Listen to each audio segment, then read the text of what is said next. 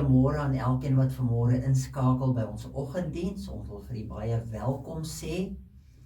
Mag die woord van die Here ook vanmôre deur hierdie reeks diep in ons harte wortel skiet, sodat ons ook kan toepas dit wat ons in sy woord vanmôre ook gaan leer.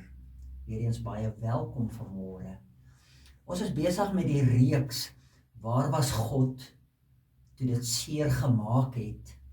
En daarom wil ek ook vir jou vra dat jy net jou Bybel sal nader trek en vir ons oopmaak by Markus hoofstuk 9, waar ons ook dan later in die diens vers 17 tot vers 24 sal lees.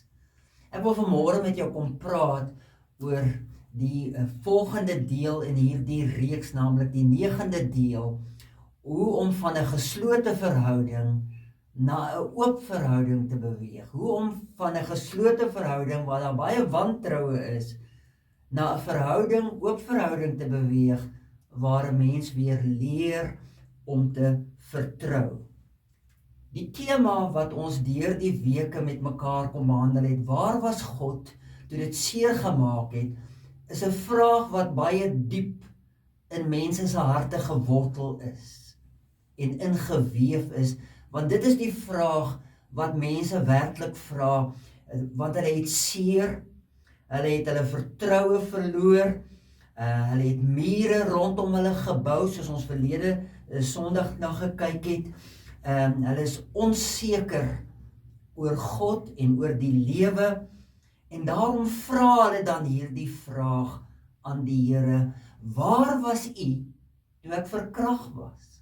Waar was U toe ek seksueel gemolesteer was? Waar was U toe ek mishandel was? Waar was U gewees toe daar geweldige en aanhoudende kritiek vanuit my ouerhuis teenoor my gekom het? Waar was U toe ek by die skool gespot is en die kinders vir my gelag het? Waar was U gewees toe ek my geliefde verloor het nou met hierdie COVID-tyd? Waar was U gewees? En dan verstaan ons dat daar indirek ook 'n vertrouensbreuk is, 'n breach of trust in mense se lewens, want hulle twyfel, hulle is onseker, hulle is wantrouig, dis hoekom hulle hierdie mure om hulle bou, want dis hulle beskerming, hulle voel veilig daarin, maar eintlik is hierdie mure baie dodelik. Hulle is versigtig teenoor die Here en teenoor mense. Hulle is ligtig vir die Here. Daarom plaas die Here as te ware, hulle die Here as te ware eenkant, want hulle is teleurgesteld. En hulle voel hulle kan hom nie vertrou nie. Dit laat my dink aan die skrifgedeelte in Psalm 73 vers 1 en 2, waar Asaf die psalmdigter ook getwyfel het, onseker was teenoor die Here. En dan skryf hy in hierdie psalm: God is vir Israel baie goed, vir die wat rein van hart is. Tog het ek daaraan begin twyfel, ek het byna koers verloor. En dan in Psalm 78 vers 22, waar die volk Israel in 'n baie moeilike tyd is, lees ons dan, omdat Israel het nie sy vertroue in die Here gestel nie. Daarom moet ons hierdie baie belangrike vraag vra: hoe beweeg ek van 'n geslote verhouding na 'n oop verhouding? Van 'n verhouding waarin daar wantroue is, teenoor 'n verhouding waar daar nou waarlik vertroue is, of waar ek groei in daardie vertroue, sodat ek kan uitkom by Psalm 84 vers 13 wat sê: O Here Almagtige, geseënd is elkeen wat op hom vertrou. En dis waar die Here ons eintlik wil uitbring, ten spyte van ons pyn, ten spyte van ons seer, ten spyte van ons wonde, wil hy ons leer om hom weer te vertrou. Nou vertroue mag vreemd wees vir jou in jou omstandigheid, Dit is hoekom jy mure om jou gebou het, want jy mag voel jy's nie seker van jouself nie, jy mag voel jy's nie seker van God nie, en nou word jy gedrywe, of word jy nou tot beweging kom, om jou houding te verander, om weer te begin leer om te vertrou. En daarom moet ons die vraag vra, wat beteken dit om te vertrou? En dis 'n baie belangrike vraag, wat beteken dit om te vertrou? Wel, vertroue beteken in die algemeen, dat jy staat maak op die integriteit en die eerlikheid van daardie persoon of van die Here. Dat daardie persoon, jy hom kan vertrou om vir jou te sorg en om jou te beskerm. Jy sien, vertroue impliseer dat dit gaan oor sekuriteit. Ek wil seker voel, dan kan ek vertrou. En dit is baie moeilik om te vertrou wanneer jy misbruik is, wanneer jy verwerp is, wanneer jy te nagekom is en jy seer het, is dit baie moeilik om te vertrou en sukkel mense om te vertrou. En daarom roep die Bybel jou op om weer te leer vertrou, want dit is so belangrik ten spyte van jou seer, ten spyte van dit wat jy deurgemaak het, wil die Here vir jou genees. Hy wil jou kom heel maak. Hoekom? Want hy het jou lief ten spyte van jou wonde, ten spyte van jou seer, ten spyte wat jy deurgemaak het, het hy jou lief ten spyte. En is dit nie maar ook hoe 'n huwelik werk nie? Dat twee mensies wil graag trou en hulle verklaar hulle liefde aan mekaar, maar elkeen van daai mensies het bagasie. Hulle het wonde, hulle het seer. En nou beloof hulle trou aan mekaar voor die kansel. En hierdie trou beloof aan mekaar is om regtig vir mekaar te kom sê, ek het jou lief ten spyte van wie jy is. Ek het jou lief ten spyte van jou tekortkominge. Ek het jou lief ten spyte van die bagasie wat jy dra. En so wil die Here ook vir jou kom sê dat hy jou lief het ten spyte van die feite wat ons nie kan wegredeneer nie, is dit, dat wanneer God sê wie hy is, dan is hy dit. Ek is wie ek sê ek is in Eksodus 3. Sy betroubaarheid is ewig. Sy liefde is ewig. Sy beloftes is ewig. Hy was daar toe jy en ek seer gekry het. Want jy sien, hy is Yahweh Rope. Yahweh Rope, die Here wat genees. Sê hy dan nie vir ons in sy woord in Psalm 34 vers 19? The Lord is close to the broken-hearted, and he saves those who are crushed in spirit. Psalm 147 vers 3. Hy genees die wat gebroken is van hart, en hy verbind hulle wonde. Daarom is sy verbondsnaam nie net Yahweh nie, maar Yahweh Rope, die Here genees, en uit sy verbondsnaam, want hy is ewig getrou aan sy verbondsnaam, dis wie sy wese is, en nou uit sy verbondsnaam vind daar ook genesing plaas, waar hy getrou is aan sy genesing, want hy genees ons emosioneel, hy genees ons fisies, hy genees ons psigologies, en hy genees ons ook geestelik. En as ek dit glo, want dit is belangrik dat ek dit glo in my hart en in my denke, dan kan ons bely wat Psalm 9 vers 11 vir ons sê. En hulle wat u naam ken, sal op u vertrou, omdat u diegene wat u soek, nie in die steek laat nie. Die Here het jou nog nooit in die steek gelaat nie, maar dit is jou gevoelens en jou emosies wat maak dat jy dit glo, dat hy jou verlaat het. Daarom is dit belangrik dat jy en ek ons pyn sal verbaliseer, dat ons dit sal uitspreek, dat ons sal leer om oor ons wonde in ons kinderjare te rou, soos wat mense geliefde verloor om te rou, moet ons rou oor hierdie pyn en die wonde. Jy moet die Vader vra om Jesus se liefde weer opnuut aan jou te verklaar en aan jou te openbaar. Jy moet jouself weer sien as kosbaar voor die Here. En dis hoekom hy vir jou 'n wonderlike orgaan gegee en vir elke mens die brein. Want dis in die brein waar God die gedagtes plant dat jy en ek waardevol en kosbaar vir hom is. Maar dis ook in die brein wat ons 'n houding het van vertroue of wantroue in ons denke of teenoor onsself. En daarom moet ons hom vertrou dat hy vir ons 'n openbaring gee om weer te kan sien hoe sterk ons in die Here kan word, hoe vas ons in die Here kan staan, en dat ons weer moet beleef dat ons nie alleen is nie, en dat hy jou en my wil help. Jy moet jou weer self sien as iemand wat jou situasies kan hanteer, want hy gee vir jou die moed en die krag daarin.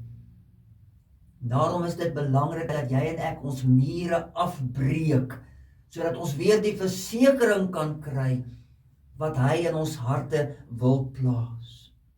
En daarom die vraag dan, Here, help my om te vertrou.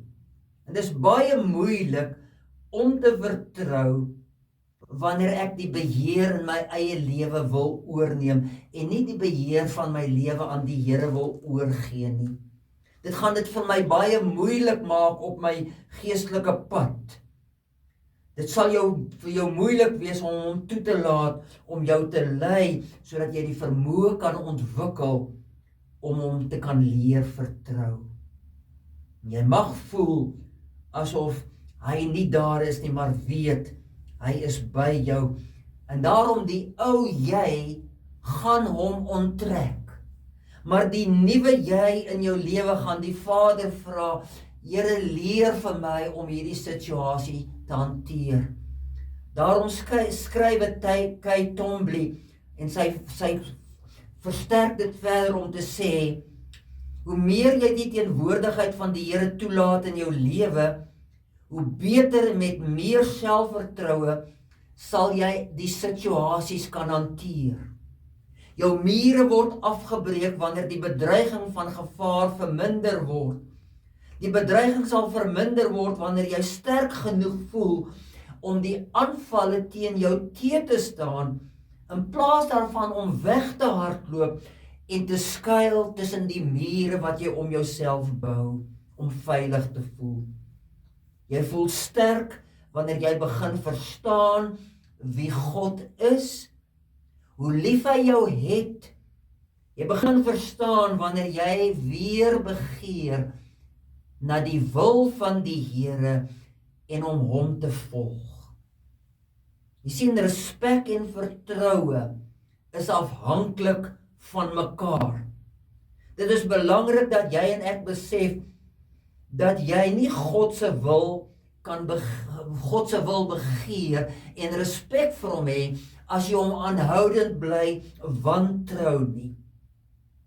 Om respek vir God te hê en om te respekteer beteken dit dat my houding innerlik moet verander om sy gesag en sy beheer in my lewe te aanvaar. Dikwels verloor ons respek en gesag omdat ons ophou vertrou. Soms kan hierdie gebrek aan vertroue direk verbind word aan die wonde en die pyn wat ek opgedoen het, selfs in my ouerhuis. Indien jy probleme ondervind om gesag te respekteer of enige iemand te vertrou, insluitend God, moet jy begin vra, wat is die rede hiervoor? Jy en ek moet ons harte ondersoek en begin uitvind en vra, wat is die rede hiervoor?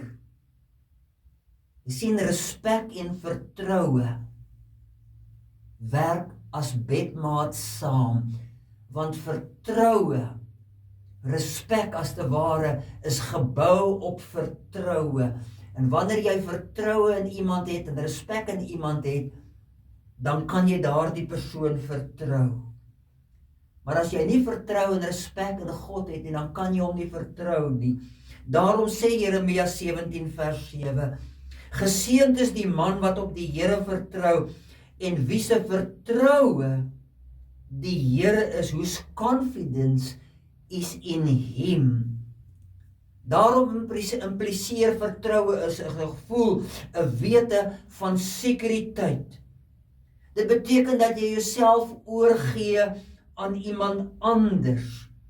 Jy sal dit nie sommer doen tensy jy nie eers glo dat daardie persoon jou beste belange op jou hart dra nie, en dit is waar.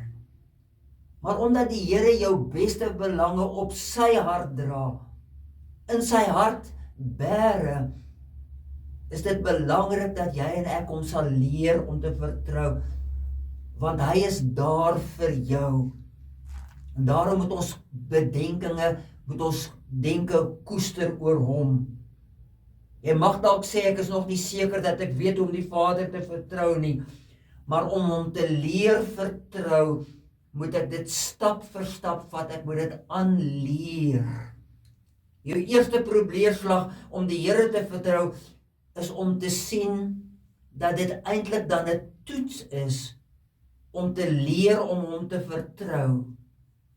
Net soos wat die Bybel vir ons sê, dat die Here toets ons.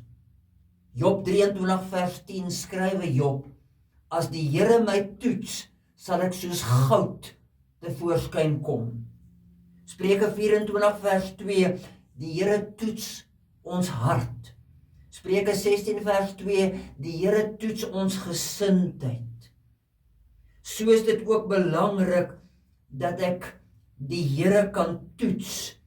En in Maleagi lees ons die volgende in hoofstuk 3 vers 10.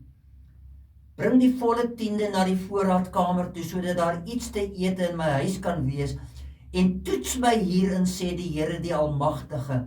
Toets my of ek nie die venster van die hemel vir jou sal oopmaak, en vir julle reën sal uitgiet, meer as wat julle kan gebruik nie. En soos wat die Here in hierdie gedeelte kom sê, as ons hom toets, deur ons 10de te gee, en hom toets in die lewe, dan gaan hy homself betroubaar wees, deel met ons, bewys aan ons, en gaan ons sy seën ervaar. Dit is hoekom ons denke verander moet word. Romeine 12 vers 2. Moenie aan hierdie wêreldse denkpatrone gelykvormig word nie, maar word verander deur die vernuwing van julle gemoed, sodat ons kan beproef wat die goeie, volmaakte en perfekte wil van God is. Kolossense 3 vers 1 en 2. As ons dan saam met Christus opgewek is, bedink die dinge daarbo, nie wat op die aarde is nie. Vertrou beteken dat jy in jou eie denkprosesse, dat jy daarna sal luister om te hoor en te begryp hoe jy dink. Wanneer ons die Here vertrou, dan dink ons soos sy woord ons leer. Dan dink ons oor die hart van die Here. En dan kry ons toegang tot hom. Daarom is dit belangrik om na die getuienisse van ander mense ook te luister, wat in krisisse was, en hoe dat hulle die Here geleer het om te vertrou. Ek het 2 pragtige boeke hierso. Hierdie eerste boek geskrywe, saamgestel deur Estie Geldenhuys, ongelooflike verhale wat net God kon doen, wanneer God mense aanraak. En dan, wat dra my deur 'n krisis, deur Dr. E.L. de Villiers, hoe dat die Here hom gedra deur sy krisis en hy weer die Here kosbaar vertrou het. Jy sien, vertroue moet aangeleer word. Jy moet groei en leer om te vertrou. En kom ons lees dan saam in Markus hoofstuk 9. En dit sê vir ons die volgende. Een van die mense het hom geantwoord, meneer, ek het my seun na u toe gebring, omdat hy van die gees besete is, wat hom stom maak. En elke keer as die Gees hom gryp, gooi hy hom op die grond neer, dan kry hy skuim om die mond, hy kners op sy tande en sy spiere trek saam. Ek het die disippels gevra om die Gees uit te dryf en hulle kon nie. Toe sê Jesus vir hulle, ongelowige geslag, hoe lank moet ek nog by julle wees? Hoe lank moet ek julle nog verdra? Bring hom hier na my toe. Hulle het die seun na hom toe gebring. Net toe die Gees van Jesus sien, het hy die seun geweldige stuiptrekkings laat kry. Hy het op die grond neergeslaan en rondgerol met skuim om die mond. Jesus het vir die pa gevra, hoe lank is dit dat hy dit oorkom? Van kleins af antwoord hy. En baie keer het die Gees hom al in die vuur en die water gooi om hom dood te maak.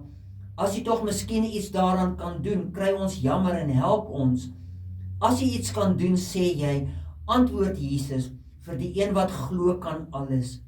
En toe roep hierdie pa uit, ek glo, roep die seun se pa dadelik uit, help my waar ek nog ongelowig is. Jy sien, Here leer my om gelowig te word. Dit is net soos 'n baba wat begin leer om te kruip. En nou val hy om en dan staan hy weer op en hy leer weer verder kruip en hy staan teen die kas op en stadig begin hy leer of sy leer om te loop totdat hulle vastigheid het om te kan loop. Daarom is dit belangrik dat jy en ek weer leer om die Here te vertrou. Maar jy moet onthou, jy en ek het 'n vrye wil. Dit is uiteindelik die vraag is of jy bereid is om jou wil te laat vaar en toe te laat dat die Here deur jou wil werk. Hy wat 'n goeie werk begin het in ons, sal dit voltooi, sal dit voleindig. God gaan jou nie dwing om 'n besluit te neem nie. Hy gaan jou nie dwing om hom te vertrou nie. Maar hy laat jou en my toe om vrywillig te kies, want hy respekteer jou wil, hy respekteer my wil, dat ons dit gewilliglik aan hom oorgee om hom te leer vertrou. God wil hê dat ons sonder enige 'n ander oorreding om uit vrye keuse leer om hom te vertrou. En dan gaan dit waar word in hierdie gebed, ek vertrou die Here om my te lei. Ek gee doelbewus vir die Vader toegang tot my hart en my denke. Ek onderwerp my aan sy wil, is presies wat Jesus gedoen het in die tuin van Getsemane, toe hy gesê het, as dit moontlik is, neem hierdie bitterbeker van my weg, nogtans nie my wil nie, maar u wil, en hy het sy Vader vertrou. Ek dink aan 3 baie kosbare persone wat kom leer vir ons, wil iets kom sê oor vertroue. Cliff Richard, daardie man wat so mooi kon sing en gitaar kon speel, hy het dit gesê, hoe meer ons op God vertrou, hoe meer besef ons dat God betroubaar is. En dis geweldig kosbaar. Corrie ten Boom in die Tweede Wêreldoorlog, wat die Jode beskerm het, sy en haar pa in hulle huis, het dit gesê, as 'n trein deur 'n tonnel gaan en dit word donker, spring 'n mens nie uit en gooi jou kaartjie weg nie. Jy bly sit en vertrou die masjinis. Hoekom maak ons dit dan so moeilik vir God? En dan Sheila Cassidy het dit gesê, ons sou nooit geleer het om te vertrou as ons alles kon begryp het. As ons alles sou verstaan het, sou ons ook dink dat ons alles kan beheer. En jy en ek kan alles nie beheer nie. Daar is punte in ons lewe waar net vertroue in God ons kan deurdra. Dis hoekom Dawid in Psalm 23 vers 4 gesê het, al gaan ek deur 'n dal van doodskade wee, ek sal geen onheil vrees nie, want U is met my. U stok en U staf die vertroos my. U berei die tafel teenoor my teestanders. U maak my hoof vet met olie.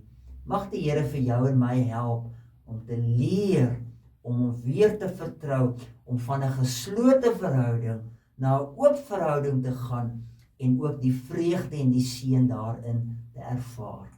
Amen. Kom ons bid saam. Heilige Vader, die afbreek van my mure is seker die moeilikste ding wat ek nog ooit gedoen het. Vader, gee my begrip van U, wat my geloof sal versterk. Pleks van weg te hardloop van hierdie proses af, help my om na U toe te hardloop vir hulp. Wanneer ek seker is van U teenwoordigheid, wys my hoe om te dink. Laat my verhouding met U een van vertroue wees. Geef vir my 'n honger na kennis en begrip van myself, en ek bid dit in Jesus naam.